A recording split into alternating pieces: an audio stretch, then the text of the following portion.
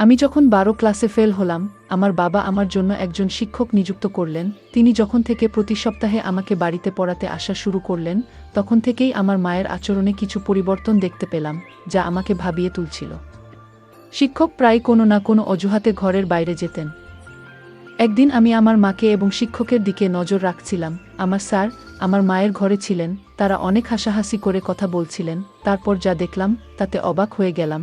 একদিন যখন মা কাজের জন্য বাইরে গিয়েছিলেন, আমি বাড়িতে তখন একা ছিলাম। আমি টিউশনের জন্য প্রস্তুতি নিচ্ছিলাম। আমি একটি ছোট ফ্রক পরেছিলাম, সেই পোশাকে আমাকে অনেক সুন্দর লাগছিল। আমি আমার স্যারকে মনে মনে ভালোবাসতাম। যখন টিচার টিউশনে এলেন, তিনি আমাকে বারবার দেখতে লাগলেন। আমার শিক্ষক আমাকে পড়াচ্ছিলেন। হঠাৎ তিনি কিছু সময়ের জন্য আমাকে লক্ষ্য করে তাকালেন। তারপর মৃদু হাসি দিয়ে বললেন, তুমি তো অনেক সুন্দর, তোমার মায়ের মতোই ভালো দেখাচ্ছে। এরপর তিনি আরও বললেন, তোমার মধ্যে সত্যিই কিছু বিশেষ কিছু আছে, যা আমি খুব পছন্দ করি। এই বলে তিনি আমার কাছে এসে বসলেন। তারপর আমি পূজা, 17 বছর বয়সী। ছোটবেলা থেকে আমি কিছুটা শান্তশিষ্ট ও সুন্দর মেয়ে ছিলাম। গায়ের রং ছিল একদমই ফর্সা। আমার জীবনে এমন কিছু ঘটে যাবে আমি কখনো ভাবিনি, কারণ আমাকে টিউশন পড়াতে আসা স্যারের প্রেমে পড়ে যাই। কিন্তু সেই স্যার আমাকে আর মার সাথে এমন কিছু করে, যা আমরা কখনো ভাবতেও পারিনি। বন্ধুরা, আজকের গল্পটা অনেক বেশি স্পেশাল। আশা করছি তোমাদের ভালো লাগবে। গল্পগুলো ভালো লাগলে ভিডিওটি লাইক, শেয়ার এবং চ্যানেলটি সাবস্ক্রাইব করো। সাধারণত আমি কলেজে যাওয়ার কথা ছিল, কিন্তু 12 ক্লাসের গণিতের কারণে আমার পরীক্ষার ফলাফল খারাপ হয়েছিল। অঙ্কে আমার অনেক দুর্বলতা ছিল, আর তাই আমি সেই বিষয়ে ভালো করতে পারিনি। বাবা কখনো আমার জন্য টাকা দিয়ে সাহায্য করেননি। তার কথা ছিল, তুমি নিজেই পরিশ্রম করো, তবেই তুমি কিছু অর্জন করতে পারবে। কিন্তু বাস্তবতা হলো, আমি শুধু এক বিষয়ে খারাপ ফল করেছি, এবং আমাকে সে বিষয়টি পুনরায় পরীক্ষায় বসতে হবে। তবে বাবা আমাকে পুরো বার্ষিক পরীক্ষায় আবার বসতে বললেন, মানে সব বিষয়ে আবার শিখে পরীক্ষা দিতে হবে। গণিত বিশেষ করে আমার জন্য ছিল একটি বড় চ্যালেঞ্জ। বাবা এবার একটু কঠোর সিদ্ধান্ত নিলেন। আগে তিনি আমাকে টিউশনে পাঠাতেন এবং আমি কোচিং ক্লাসেও যেতাম, তবে এবার তিনি বললেন, তুমি কোচিংয়ে গিয়ে মনোযোগ দিচ্ছ না, তাই এবার তোমার জন্য বাড়িতে একজন বিশেষ শিক্ষক লাগবে, যিনি শুধুমাত্র গণিত পড়াবেন। বাবার এই সিদ্ধান্ত আমাকে খুব ভালো লাগেনি, তবে আমি কিছু বলতে পারিনি। মা সবসময় বাবার সামনে কোনো কিছু বলতে ভয় পেতেন। এরপর নতুন শিক্ষককে সাহায্য নিয়ে আমি আবার মন দিয়ে পড়াশোনা শুরু করলাম। বিশেষ করে গণিতের প্রতি আমার মনোযোগ আরও বাড়ানোর চেষ্টা করলাম। আমি বাবার সিদ্ধান্তকে সঠিক মনে করতে লাগলাম। কয়েকদিনের মধ্যে আমার পড়াশোনা ও টিউশন শুরু হলো। এটি ছিল টিউশনের প্রথম দিন। স্কুল থেকে দুপুর 12টার দিকে বাড়ি ফিরলাম এবং মা আমাকে বললেন, একটার মধ্যে সব কিছু গুছিয়ে নাও, কারণ 2টায় তোমার টিউশন শিক্ষক আসবেন। সেদিন প্রথমবার আমি শিক্ষকের সাথে দেখা করলাম। তিনি প্রায় 30 বছরেরও কম বয়সী একজন যুবক। মা তাকে একটু জল দিলেন এবং তিনি জল পান করার সময় কিছুটা লজ্জিত মনে হচ্ছিলেন। সম্ভবত আমি তার প্রথম ছাত্রী ছিলাম। আমি চাইছিলাম যে আমি গণিত ভালোভাবে শিখি। প্রথম দিন শিক্ষক খুব বেশি চাপ দেননি, তাই আমি একটু স্বস্তি পেলাম। তবে শিক্ষককে দেখে মনে হয়েছিল তিনি খুবই পেশাদার এবং কিছুটা লাজুক প্রকৃতির মানুষ ছিলেন। কিছুদিন ভালোভাবেই কাটল। শিক্ষকের পাঠদান সংগঠিত ছিল, কিন্তু গণিত এখনও আমার কাছে অস্পষ্ট ছিল। টিউশনের মধ্যে মাঝে মাঝে আমি ঘুমিয়ে পড়তে শুরু করলাম। যখন শিক্ষক পানির জন্য ঘর থেকে বের হতেন, তখন হঠাৎ করে আমার ঘুম চলে আসতো এবং আমি 1 থেকে 2 ঘন্টা ঘুমিয়ে থাকতাম। শিক্ষক কখনোই আমার এই বিষয়ে কিছু বলেননি বা মার কাছে অভিযোগ করেননি। আমি বুঝতে পারছিলাম যে শিক্ষক সত্যিই ভালো, কিন্তু আমার ঘুমানোর পর অন্য জায়গায় কিছু ঘটছিল যা আমার অজানাই ছিল। মা এবং শিক্ষকের মধ্যে কিছু চলছে, কিন্তু তাতে আমার দৃষ্টি পড়ছিল না। আমি কিছুই বুঝতে পারছিলাম না। আমার চোখের কিছু একটা ঘুরছিল। একদিন টিউশন চলাকালীন হঠাৎ করে আমার কাশি হতে লাগলো এবং তা বন্ধ হতে চাইছিল না। আমার কাশি করতে দেখে শিক্ষক আমার পিঠে হাত দিলেন। কাশির শব্দ মায়ের কাছে পৌঁছালে তিনি তাড়াতাড়ি জল নিয়ে এলেন। সেই সময়েও আমি শিক্ষকের উপর নজর রেখেছিলাম। মায়ের হাত থেকে পানির গ্লাস যখন শিক্ষক নিলেন, তখন তাদের হাত একসাথে লাগার মতো হলো। এটি দেখে একটু অস্বস্তি অনুভব করলাম এবং কেন জানি মায়ের উপর রাগও হচ্ছিল। তখন আমার মনে কি চলছে তা আমি নিজেই বুঝতে পারছিলাম না। পরবর্তীতে শিক্ষক আমাকে নিজের হাত দিয়ে পানি দিলেন। তিনি আমার কাছাকাছি আসছিলেন এবং আমার মধ্যে এক অদ্ভুত অনুভূতি শুরু হলো। এই অনুভূতিগুলি কি তা আমি জানি না, সে সময় আমি এটি ঠিকভাবে বুঝতে পারিনি। পরের দিন স্কুলে গিয়ে বিরতির সময় আমার দেখা হয় আমার বন্ধু তানিয়ার সঙ্গে। তানিয়া আমার পুরনো বন্ধু এবং আমরা দুজনেই 1-2 ক্লাস পর্যন্ত একসাথে পড়েছি। সে আমার মতো ফেল করেনি, তাই কলেজে ভর্তি হয়েছে। সেদিন আমি তানিয়াকে একটি ছেলের সাথে দেখলাম। আমি জিজ্ঞেস করলাম, তুমি সবসময় এই ছেলের সাথে সময় কাটাও কেন? সে উত্তর দিল, এটা আমার বয়ফ্রেন্ড। তার উত্তর শুনে আমি তাকে বোঝাতে লাগলাম, তানিয়া, এত কম বয়সে এসব তোমার জন্য ঠিক নয়।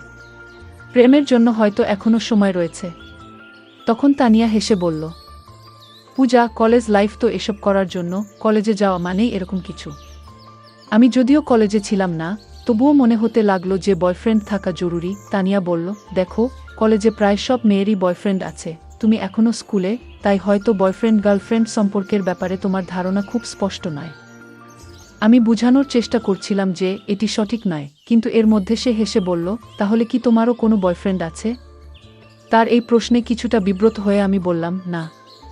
আমার কিছুটা ধীরতা দেখে তানিয়া বলল, পূজা, তুমি 12 ক্লাসে পড়ছো বটে, কিন্তু তা বলে তোমার বয়স তো আমার সমান। যদি তোমারও কারো সাথে বন্ধুত্ব করার ইচ্ছা থাকে, তাহলে মনে রাখবে, এটা শুধু কলেজের জন্য নয়। যদি কাউকে ভালো লাগে, তবে তার সাথে কিছু সময় কাটাতে ভয় পাবে না। তানিয়ার কথাগুলো আমাকে ভাবাতে লাগলো। মনে হলো, যদিও আমি কলেজে নেই, তবুও আমার বয়স এমন যে আমি এসব অভিজ্ঞতা নিতে পারি। সে তখন বলল, যদি তোমার কারো সাথে বন্ধুত্ব করতে হয়, তাহলে আমি তোমাকে আমার বয়ফ্রেন্ডের এক বন্ধুর সাথে পরিচয় করিয়ে দিতে পারি। আমি সঙ্গে সঙ্গে জানিয়ে দিলাম, না, আমি তাতে প্রস্তুত নই। কারণ আমার বয়সের ছেলেদের প্রতি আমার বিশেষ আগ্রহ ছিল না। গত কিছুদিন ধরে আমার নজর কেবল আমার টিউশন টিচারের প্রতি ছিল। কখনো কখনো অনিচ্ছাকৃতভাবে টিচারের হাত আমাকে স্পর্শ করলে এক ধরনের অনুভূতি আমার মনে জেগে উঠত। তানিয়ার সাথে কথা বলে আমি বুঝতে পারলাম, যখন কাউকে ভালোবাসা হয়, তখন এ ধরনের অনুভূতি হতে পারে। এখন আমি বুঝতে পারলাম যে আমার টিচার আমাকে ভালো লাগছে, আর তাদের বয়সের বিষয়টি আমার কাছে অপ্রধান হয়ে পড়ে। আমি সিদ্ধান্ত নিয়েছিলাম, শীঘ্রই আমি আমার অনুভূতি আমার টিচারের সাথে শেয়ার করব। আমি নিশ্চিত ছিলাম যে সে আমার প্রস্তাব নাকচ করবেন না, কারণ আমার সৌন্দর্য বিশেষভাবে আকর্ষণীয়। সেদিন যখন আমি স্কুল থেকে বাড়ি ফিরলাম, মায়ের কিছু বলার আগেই আমি টিউশনে যাওয়ার জন্য প্রস্তুত হয়ে গেলাম। আমাকে তাড়াতাড়ি প্রস্তুত দেখে মা আমাকে প্রশংসা করে বললেন, আজ তো তুমি দারুণ প্রস্তুতি নিয়ে এসেছো। মা জানতেন না আমি কেন এত তাড়াহুড়ো করেছিলাম। কিছুক্ষণ পরে টিচার যখন আমার বাড়িতে এলেন, আমি শুধু তার দিকে তাকিয়েছিলাম। যখন স্যার আমাকে পড়াচ্ছিলেন, তখন আমার মন পড়ার দিকে ছিল না, বরং আমি তার দিকে মনোযোগী ছিলাম। হঠাৎ তার দৃষ্টি আমার দিকে পড়লে আমি তৎক্ষণাৎ অন্যদিকে তাকিয়ে গেলাম। টিচার বললেন, আমি একটু পানি পান করতে যাচ্ছি, তুমি এই প্রশ্নটা সমাধান করো। আমি মাথা নেড়ে সম্মতি জানালাম, কিন্তু আমার মন পড়ার উপর ছিল না, বরং আমার ক্রাশের দিকে। আমি তাকে মনে মনে ভালোবাসতে শুরু করছিলাম, কিন্তু আমি জানি না এই কথাটা তাকে জানাবো কিভাবে। কিছু সময় পর আমি আবার বিশ্রাম নিতে যাচ্ছিলাম। আমার খুব ঘুম পাচ্ছিল, কিন্তু নিজেকে জাগিয়ে রাখলাম। অনেক সময় পার হয়ে গেল এবং টিচার ফিরে আসলেন না। তাকে ডাকতে বাইরে গেলে দেখলাম সে হলরুমে মায়ের সাথে বসে আছেন। আমার টিচার মায়ের কাঁধে হাত রেখে গল্প করছিলেন, যা আমার কাছে একটু অদ্ভুত লাগলো। আমাকে দেখেই সে মায়ের থেকে কিছুটা দূরে সরে গিয়ে বললেন, আমার একটু অলস লাগছে, তাই আমি তোমার মাকে বলেছিলাম আমার জন্য চা বানাতে। আমি মাথা নেড়ে কিছু বললাম না। মা বললেন, ঠিক আছে, আমি চা বানিয়ে নিয়ে আসছি। এই সময়ে তুমি পূজার টিউশন চালিয়ে যাও, আমি চা তোমার ঘরে নিয়ে আসব। টিচার আমার সাথে ফিরে ঘরে এলে আমি তার পাশে বসে কিছু গণিতের প্রশ্ন জিজ্ঞেস করতে লাগলাম। আসলে আমি কিছুই বুঝছিলাম না, কিন্তু ইচ্ছাকৃতভাবে বারবার তার কাছে প্রশ্ন করছিলাম। পড়ানোর সময় টিচার আমাকে একটি সংখ্যা লেখার জন্য বললেন, কিন্তু আমি ভুলবশত সেই সংখ্যা উল্টো লিখে ফেললাম। টিচার ভাবলেন আমি ভালো করে লিখতে পারছি না, তাই তিনি আমার হাত ধরলেন এবং আমাকে সঠিকভাবে লিখতে শেখানোর চেষ্টা করলেন। সে যখন আমার হাত ধরেছিল এবং লেখার পদ্ধতি বুঝাচ্ছিলেন, তখন আমার মনে এক অদ্ভুত খুশির অনুভূতি হচ্ছিল। আমার প্রিয় ব্যক্তি আমার খুব কাছাকাছি ছিলেন এবং আমি তার দিকে হাসি মুখে তাকিয়েছিলাম। তখনই মা চা নিয়ে ঘরে এলো। মা দেখা মাত্রই টিচার আমার থেকে একটু দূরে সরে গেলেন, যেন মা তাকে শাসন করার জন্য এগিয়ে আসছেন। আমি মা এবং টিচারের সম্পর্কের দিকে বেশি লক্ষ্য করছিলাম না, আমার মন ছিল একমাত্র টিচারের দিকে। ভাবছিলাম কিভাবে তাকে আরও বেশি আকৃষ্ট করতে পারবো, কিভাবে আমি তাকে আমার মনের কথা বলতে পারবো। পরের দিন টিউশনের মাঝে টিচার আবার পানি খাওয়ার জন্য বেরিয়ে গেলেন। অনেক সময় হয়ে গেছে, কিন্তু টিচার ফিরে আসছিলেন না, তাকে খুঁজতে আমি ঘর থেকে বেরিয়ে গেলাম। সেই দিন তারা হোলরুমে নেই। মনে মনে ভাবতে লাগলাম, তারা আবার কোথায় গেল? আমি মায়ের ঘর থেকে কথাবার্তার শব্দ শুনতে পেলাম। আমি ধীরে ধীরে মায়ের ঘরের কাছে গেলাম এবং দেখলাম দরজা একটু খোলা। দেখলাম টিচার মায়ের সঙ্গে সেখানে বসে আছেন এবং তারা একে অপরের খুব কাছে। টিচারের একটি হাত মার কাঁধে ছিল। এই দৃশ্য দেখে আমি অত্যন্ত হতবাক হলাম, কারণ আমি দেখলাম আমার মা আমার পছন্দের ব্যক্তির সাথে সময় কাটাচ্ছেন। সেই মুহূর্তে আমার মন ভরে গেল রাগে।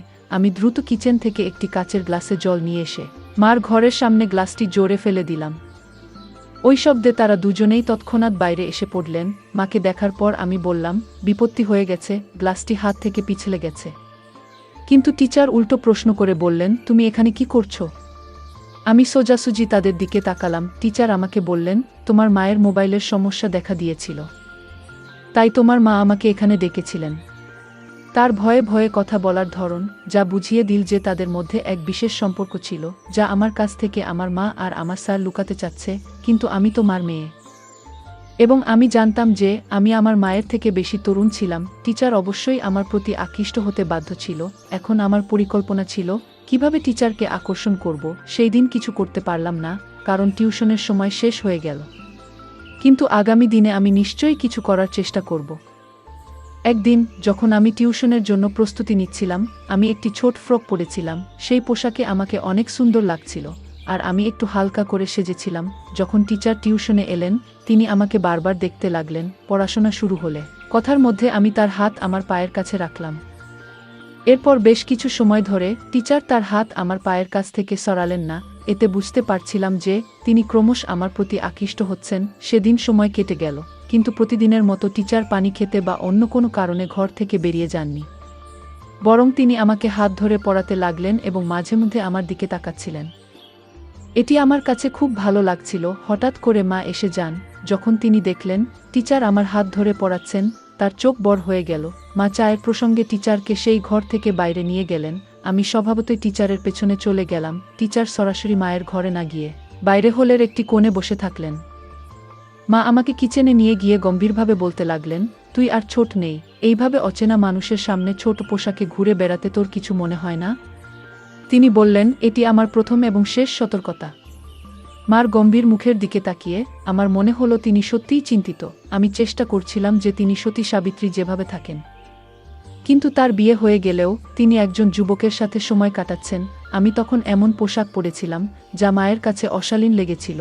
যখন আমি কিছু বলতে যাচ্ছিলাম, ঠিক তখনই বাইরে থেকে বাবা ডাকলেন। সেদিন বাবা আগে বাড়ি এসেছিলেন। বাবার ডাক শোনার পর মা এক গ্লাস জল নিয়ে বাইরে চলে গেলেন। সেদিন রাতের ঘটনাগুলি আর কেউ জানত না। ঘুমানোর আগে আমি মায়ের কাছে ক্ষমা চাইলাম এবং বললাম, মা, আমি ভবিষ্যতে স্যারের সামনে এমন কিছু করব না। পরের দিন টিউশনের সময় আসার আগে মা বাজারে যাওয়ার জন্য বেরিয়ে গেলেন। আমি রাতের ক্ষমা চাওয়ার মাধ্যমে মায়ের বিশ্বাস অর্জন করতে চেয়েছিলাম যে আমি আর স্যারের সামনে এমন আচরণ করব না।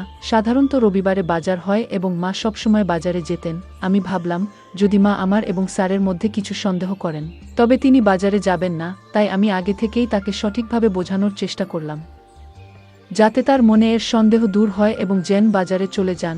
মা বাজারে চলে যাওয়ার পর আমি এবং স্যার বাড়িতে একা ছিলাম।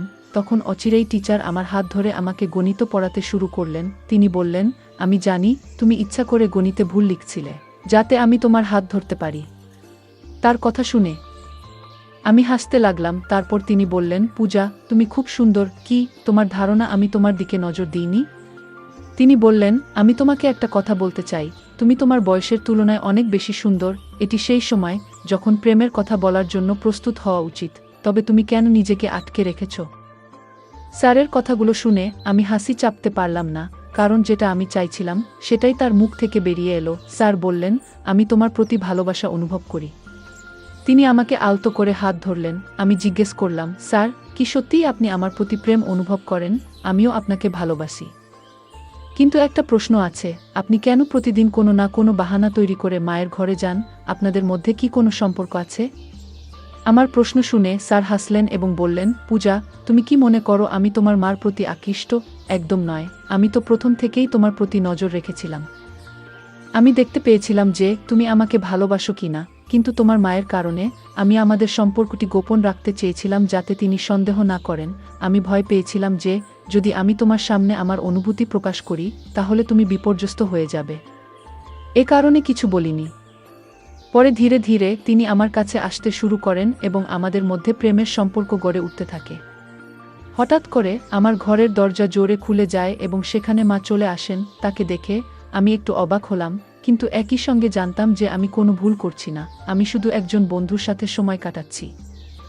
মা আমার কাছাকাছি এসে স্যারকে দূরে সরিয়ে দিলেন এবং বললেন, ভালো হয়েছে আমি যদি মোবাইলের দিকে নজর না দিতাম তাহলে হয়তো তোমার এবং এই মানুষের সত্য আমার সামনে এসে যেত না। ব্যাগে মোবাইল না থাকার কারণে আমাকে আবার বাড়িতে ফিরতে হলো। প্রিয়া, এত কম বয়সে তোমার, আমি জানি আমি গতকালই তোমাকে সতর্ক করেছিলাম, কিন্তু আজকে তুমি আবার সেই অবস্থায় পৌঁছে গেছো। স্যার মার সামনে আমাকে ভুল প্রমাণিত করার চেষ্টা করছেন। স্যার মাকে বললেন, বেশ কিছুদিন ধরে তোমার মেয়ে বেশ কিছু অদ্ভুত কাজ করছে। আজকে সে নিজেই আমার সঙ্গে এই বিষয়গুলো নিয়ে আলোচনা করতে এসেছে। মাকে বলতে দেখার পর আমি বাধা দিলাম এবং বললাম, মা, এই লোকটির কথায় বিশ্বাস করো না। আমি তোমার শপিং ব্যাগ থেকে তোমার মোবাইল বের করেছিলাম যাতে তুমি অর্ধেক পথে ফিরে এসে সত্যটা জানতে পারো। এটি আমি ইচ্ছাকৃতভাবে করেছি যাতে তুমি বুঝতে পারো এই ব্যক্তির আসল চেহারা কি। আমি বললাম, এই টিউশন শিক্ষক আমাদের বাড়ির 2 মহিলার সঙ্গে এক ধরনের অসৎ ব্যবহার করছে। তুমি তার প্রেমে পড়তে পারো, কিন্তু আমি না। আমি কয়েকবার তোমাদের দুজনকে একসঙ্গে দেখেছি, তাই আমি এইসব ঘটনাকে সাজিয়েছি যাতে তোমার কাছে এই লোকটির সত্যি মুখোশ খুলে দিতে পারি। যখন স্যার পড়াতে আসেন ঠিক তখন আমি মায়ের মোবাইলে ভিডিও রেকর্ডিং শুরু করে দিই এবং সেটি ঘরের এক কোণে রাখি। যে কোনো কিছু তিনি মায়ের সম্পর্কে বলতেন সবকিছু সেই মোবাইলে রেকর্ড হয়ে গিয়েছিল। যখন মা সেই ভিডিওটি দেখলেন তিনি বুঝতে পারলেন যে স্যার তাদের সঙ্গে প্রতারণা করছেন। মা সেই নালায়েককে পুলিশে দেওয়ার হুমকি দিলে তিনি সেখান থেকে পালিয়ে গেলেন। এরপর মা বললেন, পূজা, আমি অনেক ভুল করেছি, আমি জানি, কিন্তু আমি কি করব? তোমার বাবা আমাকে তেমন সময় দেন না। যেদিন তোমার টিউশন শিক্ষক বাড়িতে এসেছিল সেদিন থেকেই তার সাথে আমার কথা বলা শুরু হয়। তখন আমি মনে করেছিলাম সে আমার মন বুঝতে শুরু করেছে। তার মিষ্টি কথায় আমি এমনভাবে আবদ্ধ হয়ে পড়েছিলাম যে তার স্বার্থপর প্রেমকে আমি সত্যিকারের মনে করতে শুরু করেছিলাম। আমি তো এতটাই তার প্রেমে মজেছিলাম যে তোমার কথা পর্যন্ত ভুলে গিয়েছিলাম। মা আরও বললেন, আমি সেই নালায়েকের সাথে বিয়ে করার কথা ভাবছিলাম, কিন্তু জানতাম না যে তার তোমার প্রতি এমনই ভিন্ন দৃষ্টি রয়েছে। সে আমার সাথে প্রেমের নাটক করে, কিন্তু তোমার সাথেও সময় কাটানোর চেষ্টা করছিল, এটি আমি বুঝতে পারিনি। তোমার বাবা সব কিছু করেন, যখন আমি যা কিছু চাই তা দেন, কিন্তু শুধু অর্থ দিয়ে একটি সম্পর্ক চলে না, ভালোবাসা ও মত বিনিময় প্রয়োজন। কিন্তু আমাদের মধ্যে তো এসব কিছুই ছিল না। এই কারণে যখন আমাকে অন্য একজনের কাছ থেকে একটু ভালোবাসা পেলাম আমি তাতেই তা ভাসিয়ে দিলাম। আমি সত্যি খুব বড় একটি ভুল করেছি মা। যে ভুল বুঝতে পেরেছিলেন আমিও স্যারের প্রেমে পাগল হয়ে পড়ছিলাম, কারণ আমার বন্ধুরা তানিয়া আমাকে নেতিবাচক বিষয়গুলো সম্পর্কে ভালোভাবে শিক্ষা দিয়েছিল। তানিয়া আমাকে প্রেমের প্রকৃতি সম্পর্কে জানিয়েছিল। কিছুদিন পর সে আমাকে তার ব্রেকআপের গল্প শুনিয়েছিল, যেখানে তার আগের প্রেমিক মিষ্টি কথাবার্তার মাধ্যমে তার কাছে নেতিবাচক আচরণ করেছে এবং পরে সমস্ত সম্পর্ক ছিন্ন করে ফেলে। যে মেয়ে আমাকে প্রেমের অর্থ বোঝালো সেই মেয়ে আমাকে প্রেম এবং প্রতারণার মধ্যে পার্থক্য বোঝাতে সাহায্য করেছিল। তানিয়া যা জানিয়েছিল তা শুনে আমি সতর্ক হয়ে উঠলাম এবং এই কারণে আমি মা এবং নিজেকে ওই নালাজ টিউটরের নজর থেকে রক্ষা করতে পারলাম। ওই ঘটনায় মা আমার সঙ্গে প্রতিজ্ঞা করেছিলেন যে তিনি আর কাউকেই তার অনুভূতি শেয়ার করবেন না। আমিও ঠিক করেছি যে আমি কাউকে অপ্রয়োজনীয় বিষয়গুলোতে জড়িয়ে পড়ব না। আমি মনোযোগ দিয়ে পড়াশোনা করব এবং বাবার স্বপ্ন পূরণ করব। প্রিয় বন্ধুরা, এটা মনে রাখা জরুরি যে জীবনের একজন সঙ্গীর ভালোবাসা কেবল অর্থের উপর নির্ভর করে না। সময়মতো সঙ্গীকে সময় দেওয়া এবং তাদের অনুভূতিগুলো বোঝা জীবনের একটি মৌলিক প্রয়োজন। প্রত্যেক সঙ্গীকে এটি বুঝতে হবে, নইলে যদি হঠাৎ কোনো তৃতীয় ব্যক্তি সামনে আপনার অনুভূতি প্রকাশ করেন তাহলে ওই ব্যক্তি এটি সুবর্ণ সুযোগ হিসেবে নিতে পারে। ভালোবাসা পাওয়ার জন্য কিছু কথা বলাটা গুরুত্বপূর্ণ, কিন্তু এটি কোনো যুদ্ধ নয়, বরং সঙ্গীর প্রতি সত্যিকারের ভালোবাসা।